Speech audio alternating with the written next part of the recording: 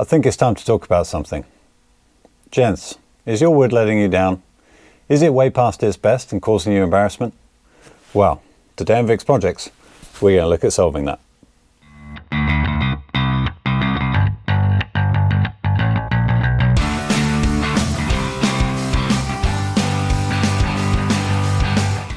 Well, last time I showed you all this wood going in and promised you that's what we're going to look at next. So that's where we're going to start. Okay, so how did we go about refurbishing all these bits of wood trim? Well, most of them are in really good condition and they just need a bit of a key, some new lacquer, buffing up, and they'll look absolutely lovely. Other bits, I think the lacquer's died a bit. It's got a bit of blue overspray from somewhere.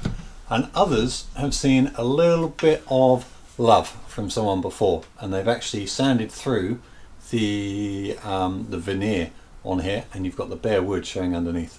So I think we're going to tackle those bits first. So as you can see, that guy needs a little bit of work. So what I'm going to do is use some sandpaper just to get down and expose that bit. I've got some wood stain. It says walnut on it, so it's got to be close enough. I'm going to double check by putting some walnut on the back of this guy. So they should be the same, it looks about the same, bits of wood. So I can see if one coat or two coats or three coats is needed to get the blend that we're after here. And yeah, this is just trial and error.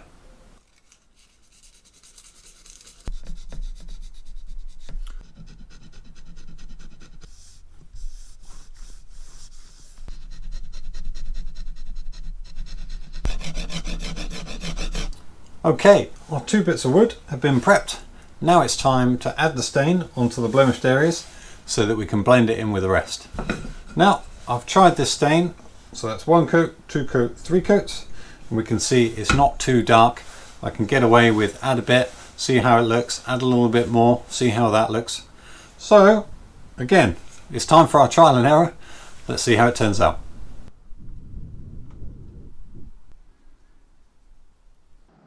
So I put 4 coats of stain on those bits there, and it was getting quite tricky to tell just with the bare wood whether it was coming up to the right sort of colour.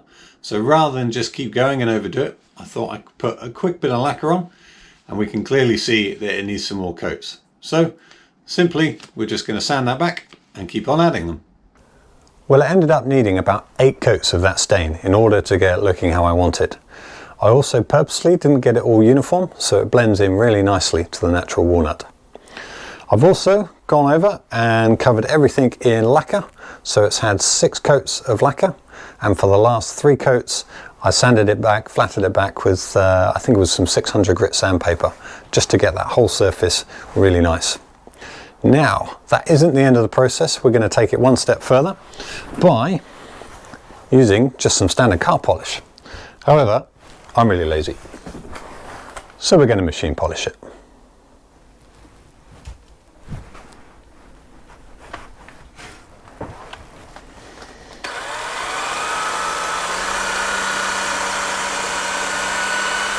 And for that extra pomp and circumstance, we're going to go for wax as well.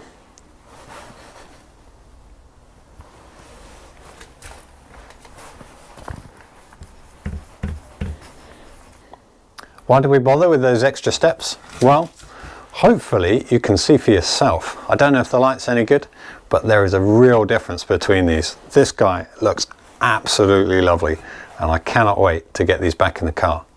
However, before we rush in, there is one crucial step left to do.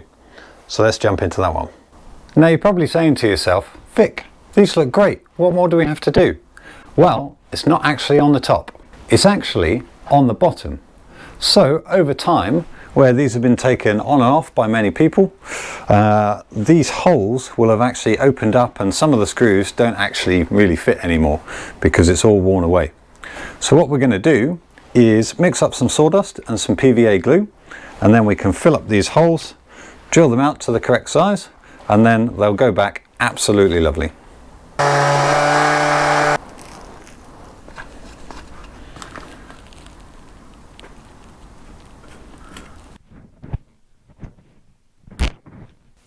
Right, so that's the door surrounds. The next thing is the dash. Easy. All right, I'll show you how I did it.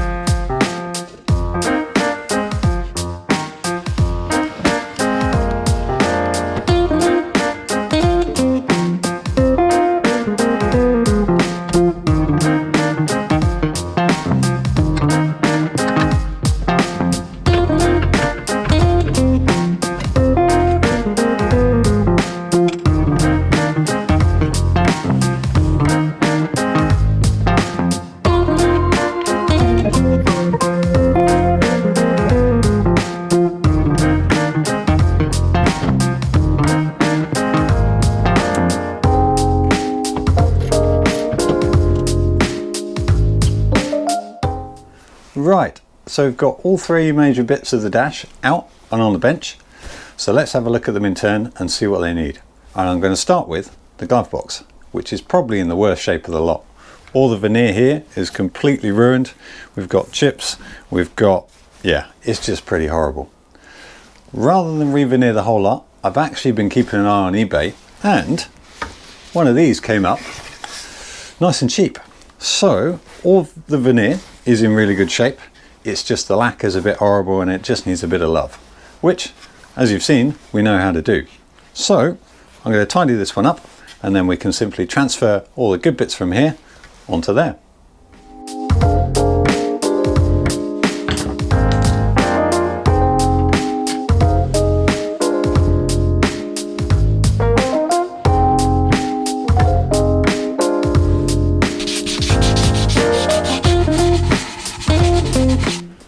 Don't think I've got the words to tell you just how pleased I am at how well this has come out.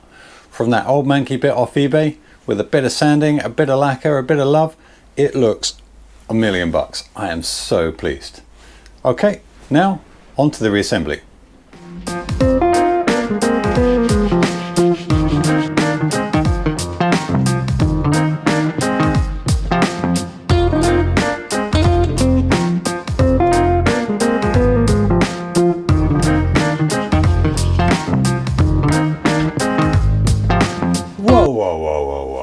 This thing looks absolutely terrible, and given they're about 50 quid, I'm not going to spend that much to get a new one. So we've got a little trick up our sleeves.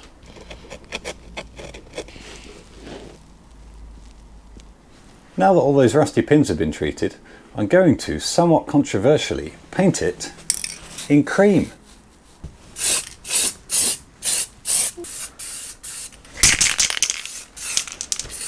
Yeah. Not my best idea. However, as we've seen from our previous videos, now we know how to flock. So let's give that a go.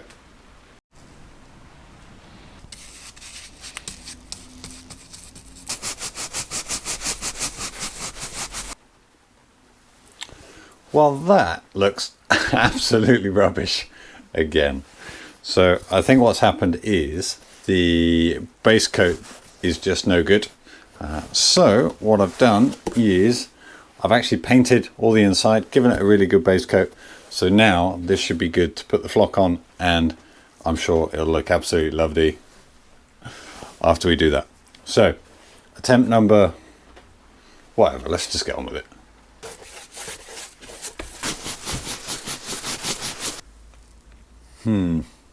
I'll probably give that about a 3 out of 10. But it turns out you can actually buy these brand new for a really reasonable price. I don't know why I didn't do that in the first place. Now this is looking absolutely lovely. I'm sure you'll be forgiven for thinking we're all done. Oh no, no, no. This is Vic's Projects. And I get really annoyed by having to put the key in, turn it, just to open the glove box. And if someone was to, I don't know, look at the locks on the car and be able to just walk straight in and want to get something out of the glove box, I don't really want them prizing all the wood open just to get some insurance papers. So we're going to do something about that. Now I've had a little look around. I really like on camper vans you get this little push thing which will unlock it and then be able to pull it out. I think it's really neat.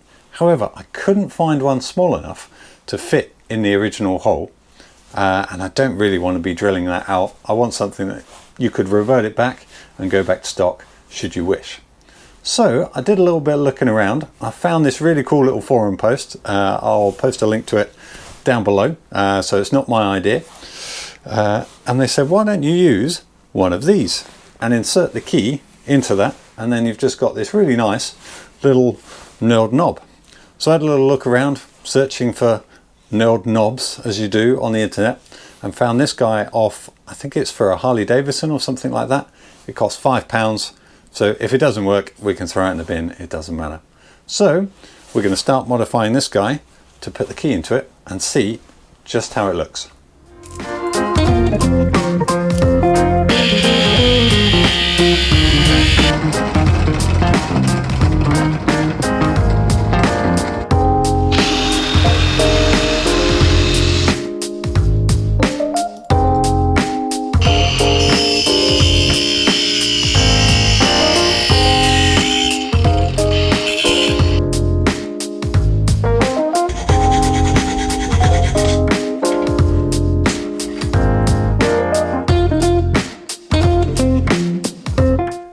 Well, I'm pretty pleased with how that's turned out, and it didn't take too long either. I've still got a little bit of fettling to do and glue it in, but if I turn the knob, I can then open this up and then close it back, and there we go. Wonderful. So from here, it's time to move on to the dash top. And with this, we've got a new complication to deal with. So the overall surface is pretty good, just needs a light rub down and some new lacquer. But it's on the edges where things get a little bit more complicated. As you can see, it's not just the flat dash that we have to contend with, but also this little raised decorative bit at the side. Now this uses the same wood that's used on all the edges to highlight it. Doing a bit of research, there's a bit of debate about what wood was actually used. Some people say it was maple, sapwood, boxwood, if you can get hold of any of it.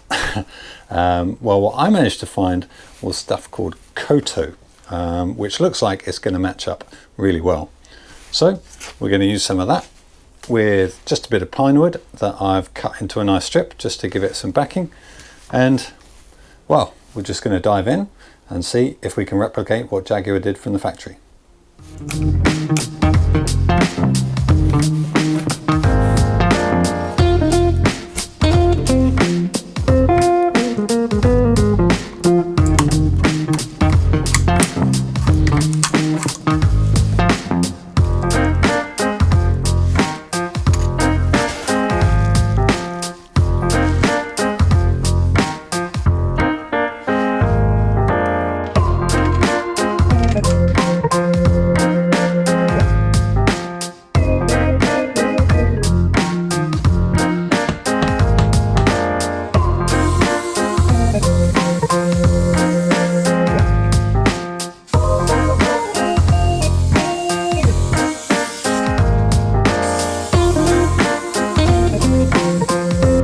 Well, I'm really pleased at how this has come out. The new bits are blended in really nicely. Now they're not 100% factory, but they still look really good. So I'm going to call that a win. And now for the final piece of the puzzle, the wood with the clocks in. And this guy is in really bad shape. I mean, half the veneer is falling off, so it's all got to come off. The underlying substructure needs a load of work, and then we've got to re-veneer the whole thing again, and then paint, polish, blah blah blah. This is quite a big job, and given it's my mate's wedding where the car's got to be in a handful of days, I don't think I'm going to get this one done in time. So I think this is one of those occasions where you got to know where to stop, where to call it quits, and we'll come back some other time and actually fix this one up. So for now, he's just going to go straight back in the car. Well, we're out of the shed and back in the car, and I've got literally days to get this car back together and ready for my mate's wedding. So we best get on with it.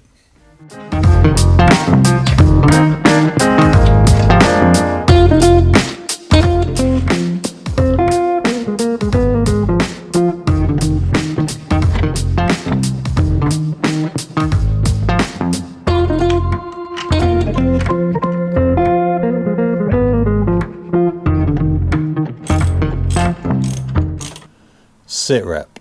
It is the night before my mate's wedding. I've currently only got one car door on.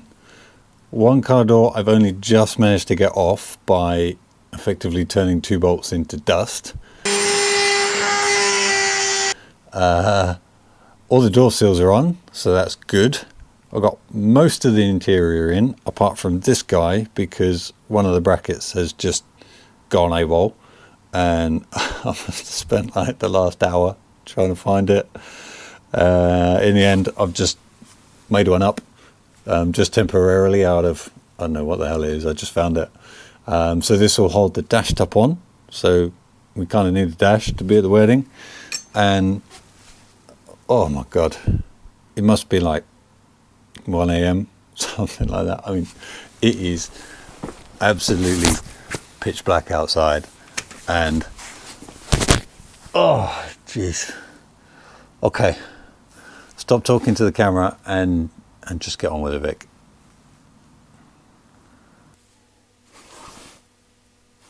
Oh yeah. Oh, so good. So one thing I noticed putting this guy back in that I didn't realize when I took it out is within this guy there's a little panel that fits there, and you can pull that out and then get your hand through this hole to do those bolts there. So when you're taking this guy out, remember that's there.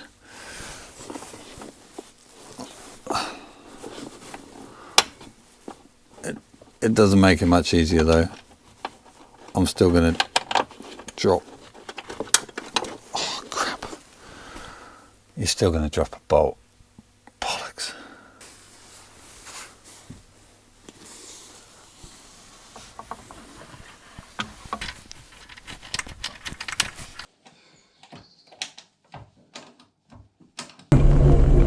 Wow, I didn't think I was going to make it there at one point, but we got there just in time, and we got these guys where they needed to be.